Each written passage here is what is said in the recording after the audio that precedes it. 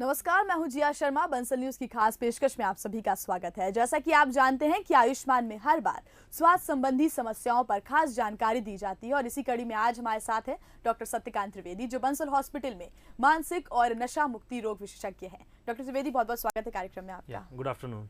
तो आज हम बात करने वाले हैं लोगों में होने वाले नशे की लत के बारे में और उनसे आप कैसे बच सकते हैं, उसके उपाय के बारे में आज हमें डॉक्टर साहब बताएंगे। अगर आपकी भी इससे जुड़ी कोई समस्या है तो आप हमारे साथ कार्यक्रम से सीधे जुड़ सकते हैं। नंबर जो लगातार टीवी स्क्रीन पर फ्लैश हो रहे हैं उन पर आप हमें कॉल कर सकते हैं और डायरेक्टली बात कर सकते हैं डॉक्टर त्रिवेदी से। सबसे पहले यही जानना चाहेंगे, जैसे कि आज हम बात कर रहे हैं एल्कोहल से किस तरह लोगों को लत लग जाती है, तो कैसे लोग एल्कोहल के इतने आदी हो जाते हैं डॉक्टर? देखिए, ये जो प्रश्न आपने पूछा कैसे लोगों की आदत पड़ जाती है, तो पहले तो हमें ये कंसेप्ट बनाना है कि ये जो अल्कोहल की आदत या लत है ये एक बीमारी है। बीमारी कैसे हो जाती है ये मैं आपको एक्सप्लेन करता हूँ। यूजुअली हमारे यहाँ जो नशे की शुरुआत होती है वो हंसी खुशी के मौके पे होती है कि आज ये है तो हम आज पार्टी में पी लेंगे। दूसरा, जो युवाओं में जो इसकी शुरुआत होती है वो पीयर प्रेशर की वजह से होती है कि हमें डूड दिखने की चाहत होती है, हमें कुछ मॉडर्न बनना होता है और एक ट्रेंड सा चला है कि यार वहाँ पे शराब पीना है। और ये ट्रेंड आजकल केवल लड़कों तक नहीं, महिलाओं में भी ये शुरू हो चुका है। कम उम्र की लड़कियों ने भी, भोपाल में भी इवन हमारे पास केसेस आ रहे हैं जिनमें हम देख रहे हैं कि लड़कियों ने भी शराब पीना शुरू कर दिया है। तो शुरुआती दौर में हम हंसी खुशी के मौके पे, कई बार गम में या पीयर प्रेशर की वजह से शुरू करते हैं। जो पहला एक्सपोजर होता है अल्कोहल का वो बहुत इंपॉर्टेंट होता है और वो डिसाइड करता है कि जो शराब की लत है वो किस डायरेक्शन में जाएगी। यूजुअली अगर ये एक्सपीरियंस बहुत बुरा होता है, कुछ लोगों को वॉमिटिंग, उल्टी और कुछ घबराहट, बेचैनी सी होने लगती है, अनिद्रा जैसा, तो वो काफ़ी फ्राइटनिंग एक्सपीरियंस हो जाता है। जिन लोगों को ये एक्सपीरियंस होता है यूजुअली वो इसको आगे नहीं बढ़ाते हैं। लेकिन कुछ लोगों को अगर इससे अच्छा लगता है, एक उन्माद सा फील होता है, वो बढ़िया महसूस करते हैं, बड़ी बड़ी बातें करने लगते हैं, डिसइनिबिटेड बिहेवियर हो जाता है और उनको काफ़ी कॉन्फिडेंस सा महसूस होता है। तो ऐसे लोगों में इसकी पुनरावृत्ति होने की संभावना ज़्यादा रहती है। और जब ये एक बार लेते हैं फिर दूसरी बार शुरू करते हैं, फिर धीमे धीमे जो इसके पॉजिटिव इफेक्ट होते हैं, वो बूस्टिंग ऑफ सेल्फ कॉन्फिडेंस, अच्छा लगना, तो इसके कारण से लोग अपना यूज़ बढ़ा देते हैं। जैसे इसका यूज़ बढ़ता जाता है तो हमारे दिमाग में एक केमिकल होता है डोपामीन नाम का केमिकल, उसको वो बढ़ाता है ये जा करके और उससे हमें आत्मविश्वास फील होता है। वो केमिकल यूजुअली हमें फूड, सेक्स और अचीवमेंट के कारण वो केमिकल निकलता है और हमें इन तीन बेसिक चीज़ों में काफ़ी अच्छा महसूस होता है। तो धीमे धीमे जो अल्कोहल का इंसान लेना शुरू करता है तो इसी का आदी होना शुरू हो जाता है। तो दिमाग में जो केमिकल होता है, एक पॉइंट होता है, उसको न्यूक्लियस एकम्बन्स बोलते हैं, जहाँ पर ये डोपामीन का पानी निकलता है। तो धीमे धीमे उसमें ऐसे चेंजेस आते हैं कि वो पानी अल्कोहल के पिए बिना नहीं निकलता, तो लोगों को अच्छा लगने के लिए, कॉन्फिडेंस बूस्ट अप करने के लिए इसकी आदत पड़ जाती है। इस कारण से जो शुरुआत हंसी खुशी और एक उन्माद के रूप में लेने हुई थी और वो धीमे धीमे एक बीमारी में कन्वर्ट हो जाती है, जिसे हम अल्कोहल डिपेंडेंस सिंड्रोम कहते हैं। इसके कुछ लक्षण बताऊंगा। जो लक्षण होते हैं कि इंसान को उसके अलावा कुछ नहीं सूझता, हमेशा यही लगता है कि कब हम शराब पी लें, और धीमे धीमे जो उसका डोज होता है, और डोज हमें उसी उन्माद के लिए डोज को बढ़ाना पड़ता है, इसे हम टॉलरेंस कहते हैं। और बार बार पीने की जो इच्छा आती है उसे हम बोलते हैं क्रेविंग या तलब। और इंसान को दूसरे कामों में अच्छा नहीं लगता, उसमें कुछ कॉम्प्लिकेशन शुरू हो जाते हैं, नींद की साइकिल उल्टी हो जाती है, और इसके साथ ही साथ दूसरे नशे भी बढ़ते जाते हैं। सिगरेट स्मोकिंग का चांस बढ़ता है, गांजे का चांस बढ़ता है, दूसरी खांसी की दवाएं, कोरेक्स और ये जो कफ सिरप्स आती हैं उनका भी साथ में यूज़ बढ़ता जाता है। बिल्कुल। तो ओकेशनली इसको लेना पहले लोग शुरू करते हैं, गम में पीते हैं या फिर खुशी में पिया जाता है, और त्योहारों में देखा जाए तो उसमें पी लेते हैं। डूड बनने के लिए फैशन सा ये बन गया है आजकल अल्कोहल का सेवन करना। इफेक्ट्स के बारे में अगर हम बात करें तो किस तरह ये इफेक्ट कर सकता है शारीरिक और मानसिक तौर पर? जी, अगर हम शारीरिक तौर से बात करें तो सिर के बाल से लेकर के पैर के नाखून तक ऐसा कोई भी अंग नहीं है जो कि अल्कोहल के दुष्प्रभाव से बचे। हमारे मुंह का कैंसर होना, गैस्ट्राइटिस होना, पेट में छाले या अल्सर पड़ना, ईज़ोफेगस जो हमारी आहार नाल है उसमें छोटे छोटे पॉइंट्स बन जाते हैं जो कि कभी भी फूट सकते हैं और खून की उल्टियों के रूप में प्रेजेंट होते हैं, या लैट्रीन के रास्ते से भी खून आ सकता है। तो ये तो हुए इसके इंटेस्टाइन वाले साइड इफेक्ट। इसके साथ ही साथ ये लीवर पर काफ़ी दुष्प्रभाव डालता है। लीवर पे दुष्प्रभाव की वजह से जो बॉडी में कुछ रोग प्रतिरोधक क्षमता बढ़ाने वाले केमिकल लीवर में बनते हैं वो भी कम हो जाते हैं। हमारे खून बहने की जो टेंडेंसी है, प्रवृत्ति है, वो बढ़ती चली जाती है। साथ ही साथ हार्ट की में काफ़ी ज़्यादा डिस्टर्बेंस लाता है, उसकी जो हृदय गति होती है वो अनियंत्रित हो सकती है। शराब के प्रभाव में हमारे कफ रिफ्लेक्सेस जो जिसकी वजह से हमें कोई फॉरेन बॉडी हमारे फेफड़ों में नहीं जा सके जिसके लिए कफ रिफ्लेक्स होता है वो स्लो हो जाता है। उसके प्रभाव में हम कोई भी चीज़ लेते हैं वो सीधे फेफड़े में जाकर एस्पिरेशन निमोनिया का रूप ले सकती है, जो कि जानलेवा साबित हो सकती है। और जो हमारे हाथ पैरों में अक्सर आपने देखा होगा कि जो लोग शराब पीते हैं, मुझे सुन रहे होंगे, उनके हाथ पैर में इतने हाथों में और पैर के तलवों में काफ़ी जलन सी होती रहती है। इसे हम पेरीफेरल न्यूरोपैथी कहते हैं। उसके शिकार हो जाते हैं, वो कहीं पे भी चल नहीं पाते, उनको सुन्न सा महसूस होना शुरू हो जाता है। साथ ही साथ शुरू में कई बार हमारे यहाँ ऐसा मिथ है कि शराब को पी लेने से हमारा सेक्स पावर बढ़ जाता है, जबकि ये बिल्कुल एक मिथ है। शुरुआती दौर में हमें उन्माद की वजह से सेक्स की इच्छा जागृत होती है, लेकिन ओवरऑल सेक्स की आवृत्ति, उन्माद और जो उत्साह है उसमें बहुत ज़्यादा ये दुष्प्रभाव डालता है। साथ ही साथ अगर हम जहरीली शराब की बात करें, आप बहुत सारे केसेस अखबार में पढ़ते रहते होंगे, मिथाइल अल्कोहल के सेवन से सीधा रेटिना पे प्रभाव पड़ता है, ऑप्टिक नर्व पे प्रभाव पड़ता है और अंधत्व की ओर जाता है व्यक्ति। साथ ही साथ शराब को अगर हम कुछ लोग जो बिना किसी खाने के साथ में ले लेते हैं, उनमें अल्सर की संभावना बहुत ज़्यादा हो जाती है और ऐसे पेशेंट हमारे पास खून की उल्टियों के साथ प्रेजेंट होते हैं।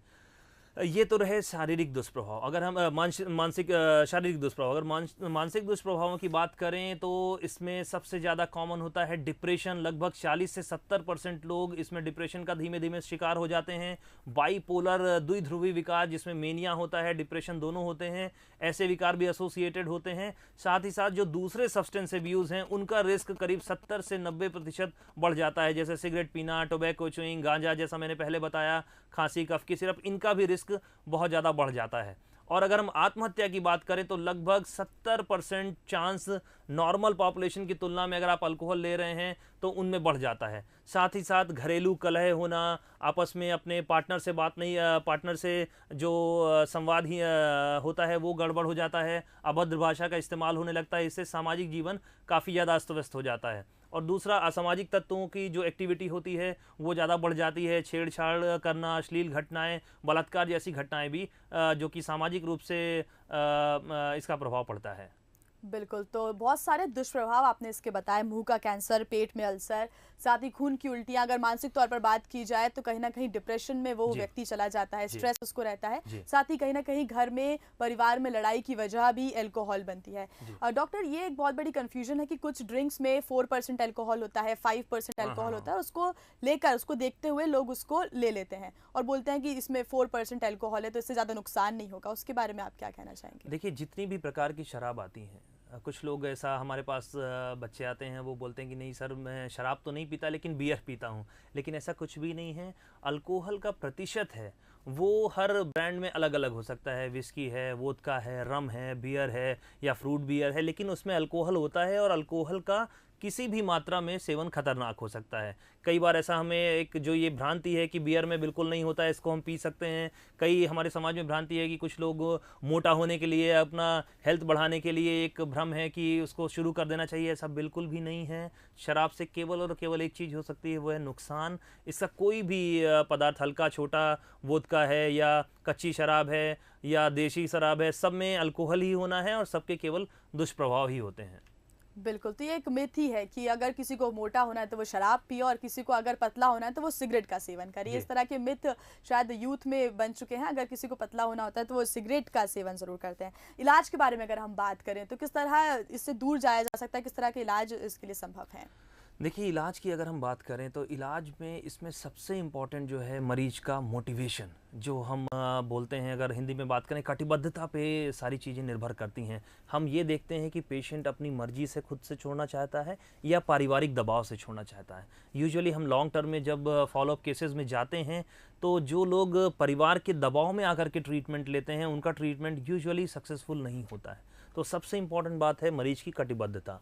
अगर वो हमारे पास आते हैं, हम उनका मोटिवेशनल इंटरव्यू करते हैं, क्योंकि जैसा मैंने बताया, कई बार अल्कोहल डिपेंडेंस सिंड्रोम में डिप्रेशन और घबराहट की बीमारियां साथ में एसोसिएटेड होती हैं। और कई बार जो साइको सोशल फैक्टर होते हैं, फैमिली के इश्यूज़ हैं, अपना सामाजिक जीवन में, दाम्पत्य जीवन में कुछ समस्याएं चल रही हैं, तो हम पूरा का पूरा थॉरो उनका असेसमेंट करते हैं, उनकी खून की जांचें कराई जाती हैं, लीवर, किडनी, इन सब की क्या स्थिति है, उसके बेसिस पे हम डिसाइड करते हैं कि उनकी ट्रीटमेंट की गाइडलाइंस क्या होगी। तो बेसिकली हम ट्रीटमेंट को 2 पार्ट में डिवाइड करते हैं, जैसे कि फार्मेकोलॉजिकल मैनेजमेंट और नॉन फार्मेकोलॉजिकल मैनेजमेंट।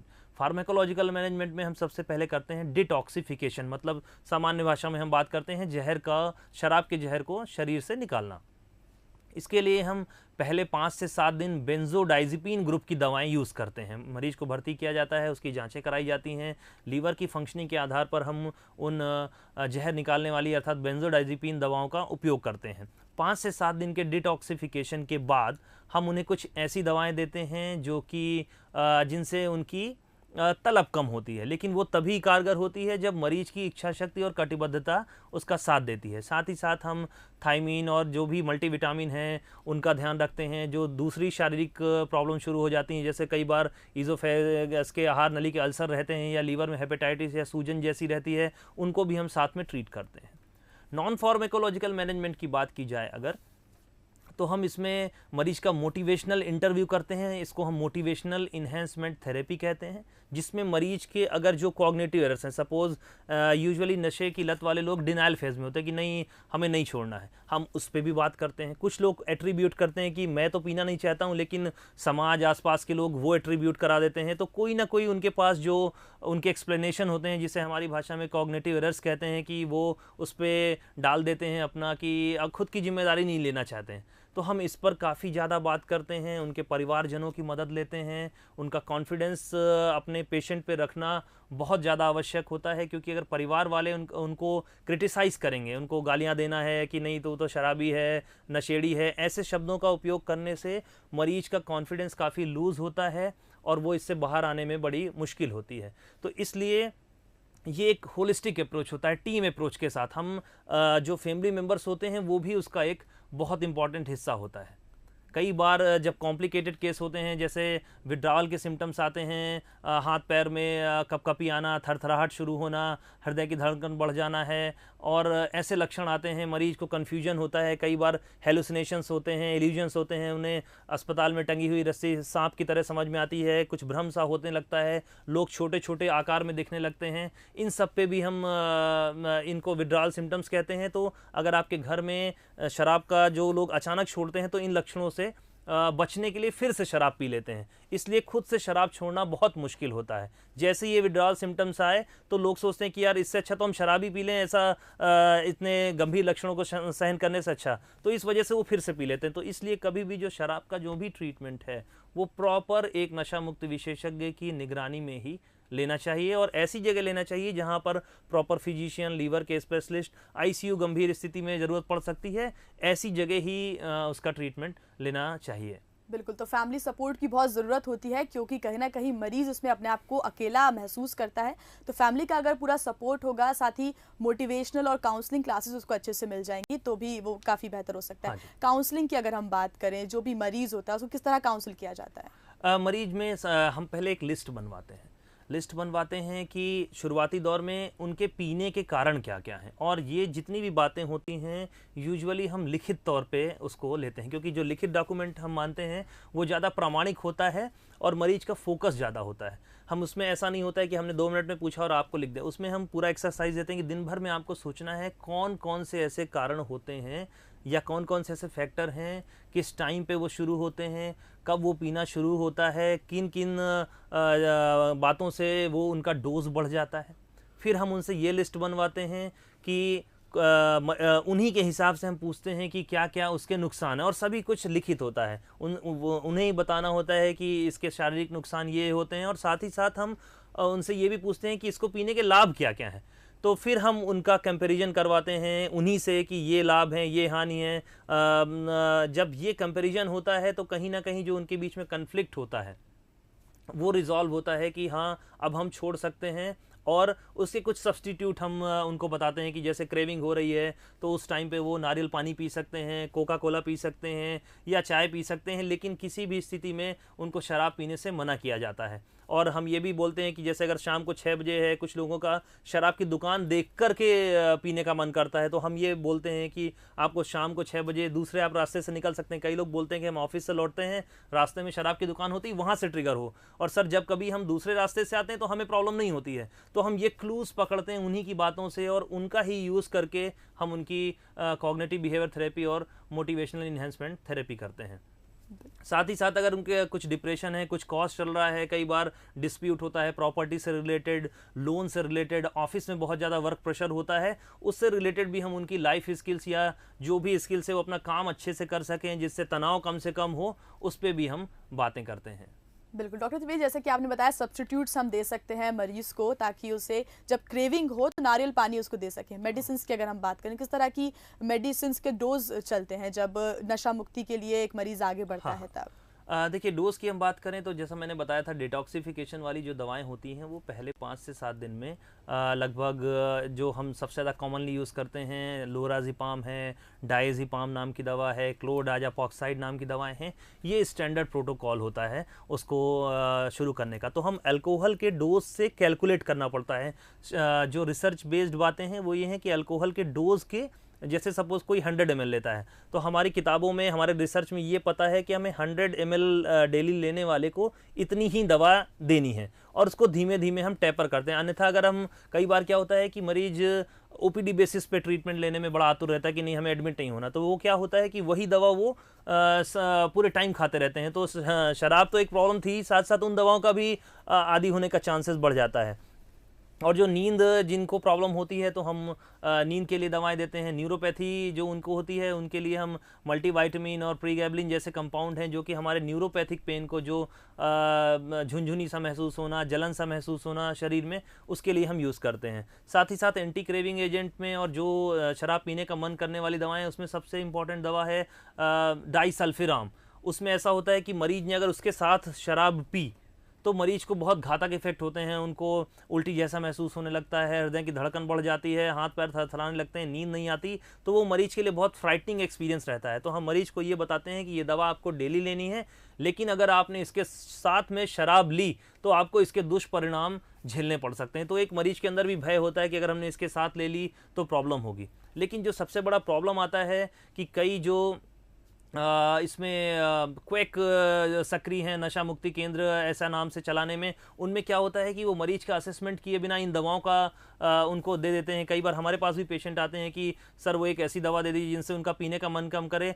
ऐसी जगहों पर बिल्कुल मत जाएं और इन दवाओं का बिल्कुल भी सेवन नहीं करें, अदरवाइज जान से हाथ धोना पड़ सकता है। परमानेंट आपका जो साइकोसिस में आप जा सकते हैं, मतिभ्रम जैसी बीमारियां हो सकती हैं। तो हमेशा क्वालिफाइड इंसान से दवा लें और डाइसल्फिराम की नाम की जो दवा है वो कभी भी मेडिकल स्टोर से स्वयं से खरीद करके अपने घर में, परिजनों में जो भी शराब पीते हैं उनको ना दें। उसका केवल और केवल मनोचिकित्सक की निगरानी में ही ट्रीटमेंट ज़रूरी है। बिल्कुल डॉक्टर त्रिवेदी, जैसे कि ये एक मिथ है, शायद अंधविश्वास अगर की हम बात करें तो कुछ लोग अपने परिजनों को, जो लोग नशे में चूर रहते हैं, जो लोग अल्कोहल का सेवन लगातार करते हैं, उन्हें मंदिरों में ले जाया जाता है, झाड़ फूंक के तरीके अपनाए जाते हैं जिससे उनका पीना बंद हो जाए, अल्कोहल की मात्रा का जो सेवन वो कर रहे हैं वो ना करें। अगर हम गर्भवती महिलाओं की बात करें तो क्या उनको पीने से, अल्कोहल का सेवन करने से क्या बच्चे पे कोई इफेक्ट पड़ता है? जी, यहाँ पे यूजुअली तो भारत में अभी ये बड़ा कॉमन नहीं है, लेकिन अगर हम वेस्टर्न कंट्रीज़ की बात करें तो वहाँ पे बड़ा कॉमन है।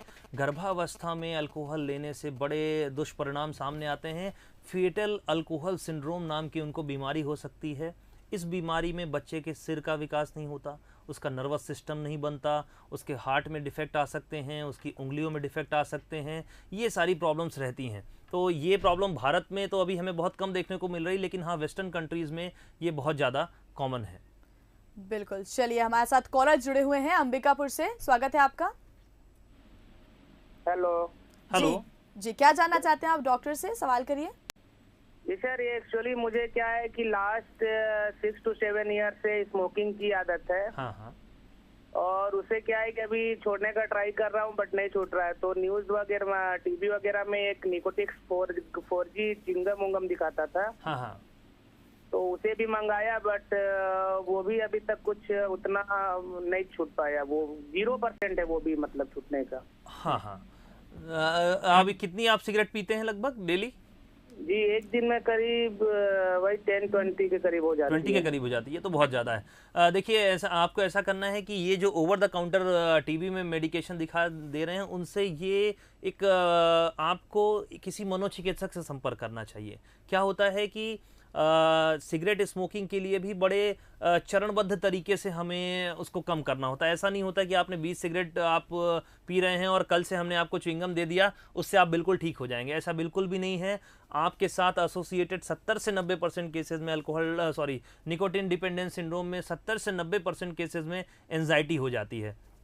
तो आपका प्रॉपर इवैल्यूएशन, प्रॉपर आपका इंटरव्यू ज़रूरी है। उसको देखते हुए हम मेडिकेशन के निर्धारण करेंगे। निकोटेक्स के अलावा भी बहुत सारे विकल्प हैं वो जिनका हम निर्धारण कर सकते हैं। और इवन निकोटेक्स या जो निकोचिव है, इसका भी जो यूज़ है वो बड़ा रेशनल होना चाहिए। ये भी हमारे रिसर्च पे है कि इतनी सिगरेट पे हमें इतना डोज लेना है और इसको ऐसे टैपर करके कम या ज़्यादा करना है। साथ में 2-4 दवाएँ, 2 से 3 दवाएँ और चलेंगी, और साथ में आपकी काउंसलिंग जो है इसमें बहुत ज़्यादा रोल अदा करेगी। तो मेरी यही सलाह है कि किसी उचित मनोचिकित्सक से संपर्क करें और इस हेतु ट्रीटमेंट लें। बिल्कुल डॉक्टर, जैसे कि सुमित ने बताया कि वो जो नशा मुक्ति के लिए ट्राई कर रहे हैं लेकिन सिगरेट उनसे नहीं छूट रही है। अगर कोई अल्कोहल के लिए ट्राई करता है और छोड़ना चाहता है, तो अगर उसको नहीं बन पा रहा है, तो कहीं ना कहीं ये एक मरीज का ही खुद का डिसीजन होता है और उसको खुद समझने की कोशिश करना चाहिए। तो क्या मैसेज आप देना चाहेंगे दर्शकों को, अगर जो नशा मुक्ति के लिए कदम बढ़ा चुके हैं, तो उन्हें किस तरह की चीज़ों का ध्यान रखना चाहिए खास तौर पर? देखिए, सबसे इम्पॉर्टेंट बात है कि एक बात याद रखिए, नशा नाश के समान है। सिर्फ छोटी आग की मात्रा का डिफरेंस है और नशा नाश है। पहली बात ये चीज़ को समझें और कभी भी इस भ्रांति में नहीं फंसें कि थोड़ा हम तो कर रहे हैं, हम तो इतना कर सकते हैं, उनको इतना नुकसान करता था, मैं तो इतना ही ले रहा हूँ। हर आदमी के अपने अपने अलग अलग डिफेंस मैकेनिज़्म होते हैं अपने नशे को सेटिस्फाई करने के लिए। उसमें बिल्कुल भी नहीं पड़ें। अगर आप नशा छोड़ना चाहते हैं तो सबसे पहले अपनी कटिबद्धता को डिसाइड कीजिए कि आप उसके लिए कितना डिटरमाइन है, क्योंकि डिटर्मिनेशन नहीं होगा तो आप बिल्कुल भी नहीं छोड़ पाएंगे। 10 दिन 15 दिन ट्रीटमेंट लेंगे, फिर से आपका शुरू हो जाएगा। तो इसलिए मेरी यही सलाह है कि आप कभी भी खुद से नशा छोड़ने की कोशिश नहीं करें। उचित मनोचिकित्सक से संपर्क करें, वो आपसे बात करेंगे, आपको जो भी सलाह देंगे उसके अकॉर्डिंग चलना है। और अगर खुद से कम करना है, जैसे सपोज़ 20 सिगरेट आप पी रहे हैं, अगर घर पे ही आप कुछ करना चाहते हैं मनोचिकित्सक के मिलने के पहले, तो ऐसा भी कर सकते हैं कि आप 15 से 20 दिनों में 1-2 सिगरेट कम करते जाएं। और साथ ही साथ जो भी सिगरेट पी रहे हैं, जैसे सपोज अगर आप 100% पूरी सिगरेट पी रहे हैं, उसी सिगरेट को आप 90% बड़ी आसानी से कर सकते हैं। इसे हमारी भाषा में हार्म रिडक्शन कहते हैं। तो आपको जो विड्रॉल सिम्टम्स आएंगे निकोटिन डिपेंडेंस सिंड्रोम की वजह से या अल्कोहल डिपेंडेंस सिंड्रोम की वजह से, वो मिनिमल आएंगे और आप उसी दिशा में आगे बढ़ेंगे। अदरवाइज क्या होगा, अगर आप सपोज 2 क्वार्टर 3 क्वार्टर डेली शराब पी रहे हैं, आपने अगले दिन नहीं पिया, तो आपके हाथ पैरों में कंपन शुरू हो जाएगा, घबराहट बेचैनी शुरू हो जाएगी और आप फिर से आ जाएंगे। तो जो भी करना है तो 20-30 ml 40 ml ऐसे रिडक्शन करें साप्ताहिक रूप से या एक पखवाड़े में। तो कोई भी काम करना है ग्रेजुअल, और जहां तक हो सके मनोचिकित्सक की सलाह लेना बहुत ज़्यादा आवश्यक है। बिल्कुल, तो अगर आप खुद से सिगरेट या अल्कोहल छोड़ना चाहते हैं तो इसको धीरे धीरे ही इस प्रोसेस को जारी रखें और फैमिली का सपोर्ट अगर आप लेते रहें, किसी मनोचिकित्सक से जाकर आप बात करें, वो आपको ज़रूर एक अच्छी सलाह देंगे। डॉक्टर त्रिवेदी, बहुत बहुत धन्यवाद आपका कार्यक्रम में आने के लिए। Thank you. और इसी के साथ हमारी इस खास पेशकश में फिलहाल इतना ही। कल फिर हाजिर होंगे एक नई स्वास्थ्य संबंधी समस्या को लेकर, साथ ही बताएंगे उसके उपाय। नमस्कार।